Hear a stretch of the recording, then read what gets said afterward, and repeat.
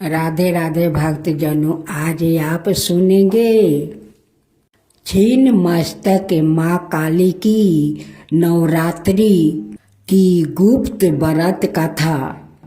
इस कथा को सुनने से आपका सारे मनोकामना पूर्ण होगी। मेरे प्यारे भक्तजनों, आज आप सुनेंगे छीन मस्तक काली का व्रत कथा। गुप्त नवरात्रि में विद्या की 10 महादेवियों की पूजा उपासना की जाती है।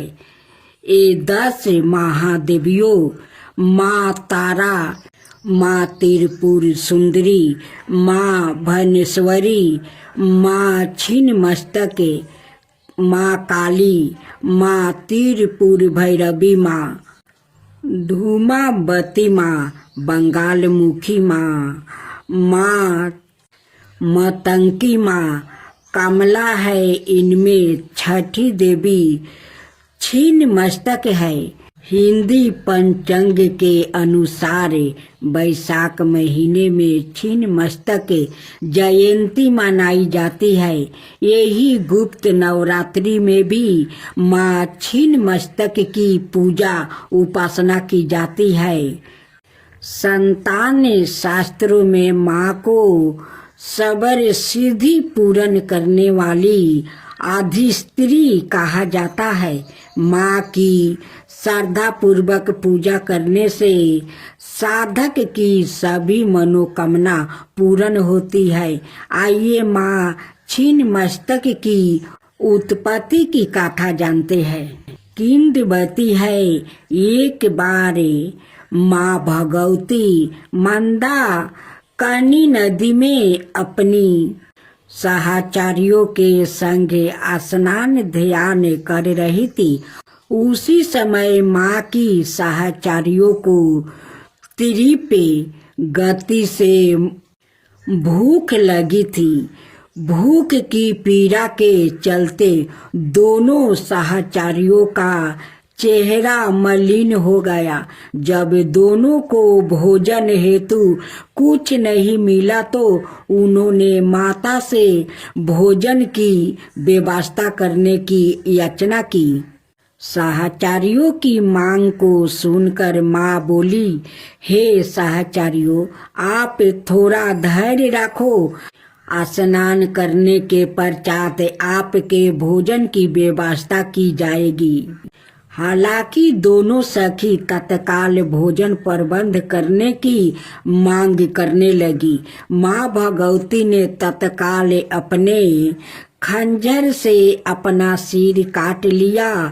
तत्क्षण माँ भगवती का काटा सिर उनके बाएं हाथ में आ गिरा। इससे रक्त की 3 धाराएं निकली।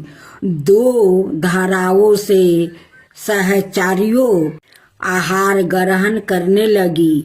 वही तीसरी रक्त धारा से माँ सवाए रक्त पान करने लगी। उसी समय माँ छिन्नमस्तक का प्रादुर्भाव हुआ। तंत्र मंत्र सीखने वाले साधकों के लिए गुप्त नवरात्रि का विशेष महत्व है। माँ की पूजा हेतु पूर्व से ही साधक तैयारियां करने लगते हैं। पूजा घर की साफ सफाई की जाती है। मंदिरों को सजाया जाता है। गुप्त नवरात्रि के 9 दिनों तक उत्साह जैसे महलों रहता है।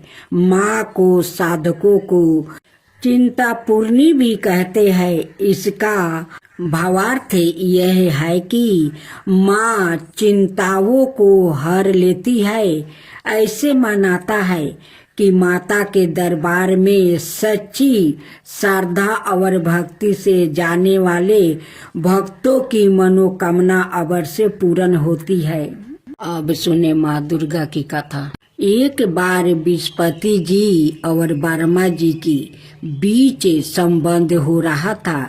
इस दौरान विस्पति जी ने वर्मा जी से नवरात्रि व्रत के महात्म्य और फल के बारे में पूछा। इसका जवाब में वर्मा जी ने बताया, हे विस्पति, प्राचीन काल में मनोहर नगर में पीठत नाम का एक अनाथ ब्राह्मण रहता था। पीठत माँ दुर्गा का सच्चा भक्त था। उसके घर सुमति नाम की कन्या ने जन्म लिया था। पीठत हर दिन माँ दुर्गा की पूजा करके हवन किया करता था। इस दौरान उसकी बेटी उपस्थित रहती थी। एक दिन सुमिति पूजा के दौरान मौजूद नहीं थी। वो सहेलियों के साथ खेलने चली गई। इस पर पीठत को गुस्सा आया और उसने पुत्री सुमिति को चेतावनी दी कि उसका विवाह किसी कुष्ठ रोगी या दरिद्रता मानुष के साथ करवाएगा। पिता की यह बात सुनकर सुमिति आहत हुई और उसने कहा, हे पिता, आपकी जैसी इच्छा हो वैसा ही करो। जो मेरे भाग्य में लिखा होगा वही होगा। सुमिति की यह बात सुनकर पीठत को और ज्यादा गुस्सा आया और उसने पुत्री का विवाह एक कुष्ठ रोगी के साथ करवा दिया। इसके साथ ही पीठत ने अपनी पुत्री से कहा कि देखता हूँ भाग्य के भरोसे रह कर क्या करती हो। पिता के कटुत वचनों से आहत अपने आप को कोसने लगी और अपने पति के साथ वन में चली गई। गरीब बालिका की ऐसी स्थिति देखकर माँ भगवती प्रकट हुई और कहा कि मैं तुम्हारे पूर्व जन्म के कर्मों से प्रसन्न हूँ। इसके साथ ही माँ भगवती ने सुमिति से वरदान मांगने को भी कहा। इस पर सुमिति ने माँ भगवती से पूछा कि आप कौन है। जवाब में माँ भगवती ने कहा कि मैं आदि शक्ति हूँ। आज तुम्हें तुम्हारे पूर्व जन्म का वृत्तांत सुनती हूँ। माँ भगवती ने बताया कि पूर्व जन्म में सुमिति निषाद की स्त्री और पति व्रता थी। एक दिन तुम्हारा पति चोरी की वजह से पकड़ा गया। इसके बाद सिपाहियों ने तुम्हें दोनों पति पत्नी को जेल खाने में कैद कर दिया। तुम दोनों को जेल में भोजन भी नहीं दिया गया। तुमने नवरात्रि के दिनों में ना तो कुछ खाया और ना जल ही पिया। इस तरह 9 दिन तक नवरात्रि का व्रत हो गया। माँ भगवती ने आगे कहा कि तुम्हारे उसी व्रत के प्रभाव से प्रसन्न होकर मैं तुम्हें मनोवांछित वर देती हूँ।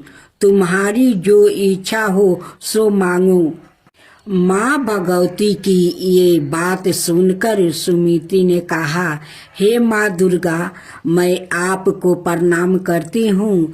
आपसे विनती है कि मेरे पति के कुष्ठ को दूर कर दीजिए। माँ भगवती ने ब्राह्मण की बेटी की इच्छा पूरी कर दी। इसके बाद सुमिति ने माँ भगवती की आराधना की। ब्राह्मण की बेटी की आराधना से खुश होकर माँ भगवती ने कहा कि तुम्हें उदलाय नमक आदि विद्धिमान धन्यवान कीर्तिवान और जितेंद्रिया पुत्रा होगा। इस वरदान से खुश होकर सुमिति ने माँ भगवती से नवरात्रि के व्रत की विधि और व्रत के फल की जानकारी मांगी। इस पर माँ भगवती ने बताया कि चैत्रा या आश्विन मास के शुक्ल पक्ष की प्रतिपाद तिथि से 9 दिन तक व्रत रहे। अगर व्रत नहीं रख सकते हैं तो एक समय का भोजन करे। घट स्थापना करने के बाद मटिका बनाकर उसको हमेशा जल से सींचना चाहिए। विधि अनुसार पूजा करने के बाद पुष्प से अर्घ देना चाहिए। इस दौरान घी, गेहूं, शहद, खांड, जौ, तिल, बेल, नारियल, कदम्ब और दाक से हवन करे। गेहूं के हवन से लक्ष्मी की प्राप्ति होती है। खीर और संचापा के पुष्प से धन की और बेल के पत्तों से तेज और सुख मिलता है। माँ भगवती ने बताया कि बिजोरा के फल से अर्घ देने से रूप की प्राप्ति होती है।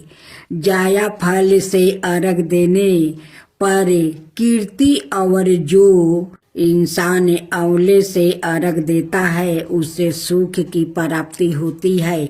इसी तरह केले से अर्घ देने वाले को आभूषणों की प्राप्ति होती है। इस विधि विधान से होम कर जग की सिद्धि के लिए आचार्य को दक्षिणा दे। माँ भगवती ने बताया कि इन 9 दिनों में जो कुछ दान आदि दिया जाता है उसका करोड़ों गुना फल मिलता है।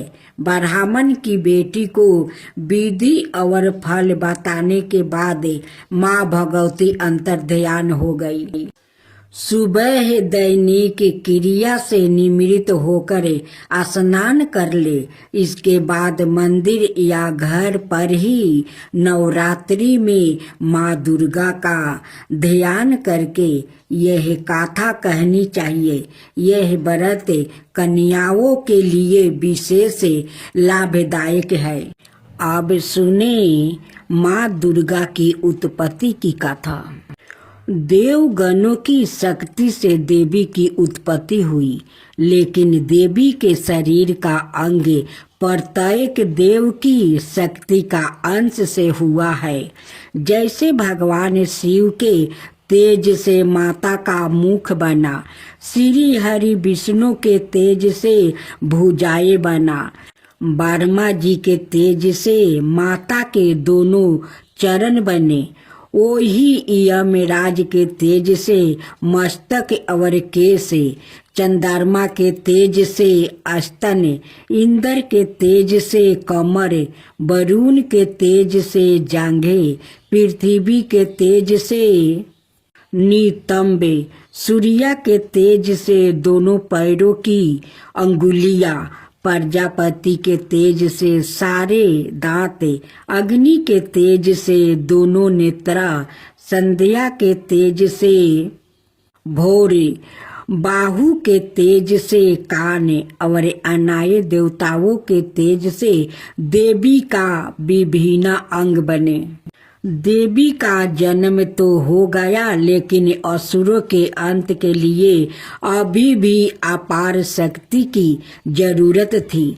तब भगवान शिव ने उनको अपना त्रिशूल, भगवान विष्णु ने चक्र दिया, हनुमान जी ने गदा दिया, श्री राम ने धनुष दिया, अग्नि ने शक्ति बाण से भरे तरकस दिया, वरुण ने दिव्या शंख, प्रजापति ने स्फटिक मणियों की माला, लक्ष्मी जी ने कमल का फूल दिया, इंद्र ने वज्र दिया, शेष नाग ने मणियों से सुशोभित नाग दिया, वरुण देव ने पास और तीर दिया, ब्रह्मा जी ने चारों वेद दिया और हिमालय पर्वत ने माता को उनका वाहन सिंह दिया। इन सभी अस्त्र शस्त्र को देवी दुर्गा ने अपनी 18 भुजाओं में धारण किया। अस्त्र शस्त्र और आंतरिक शक्ति से देवी का विराट रूप बन गया और असुर उन्हें देख कर ही भयभीत होने लगा।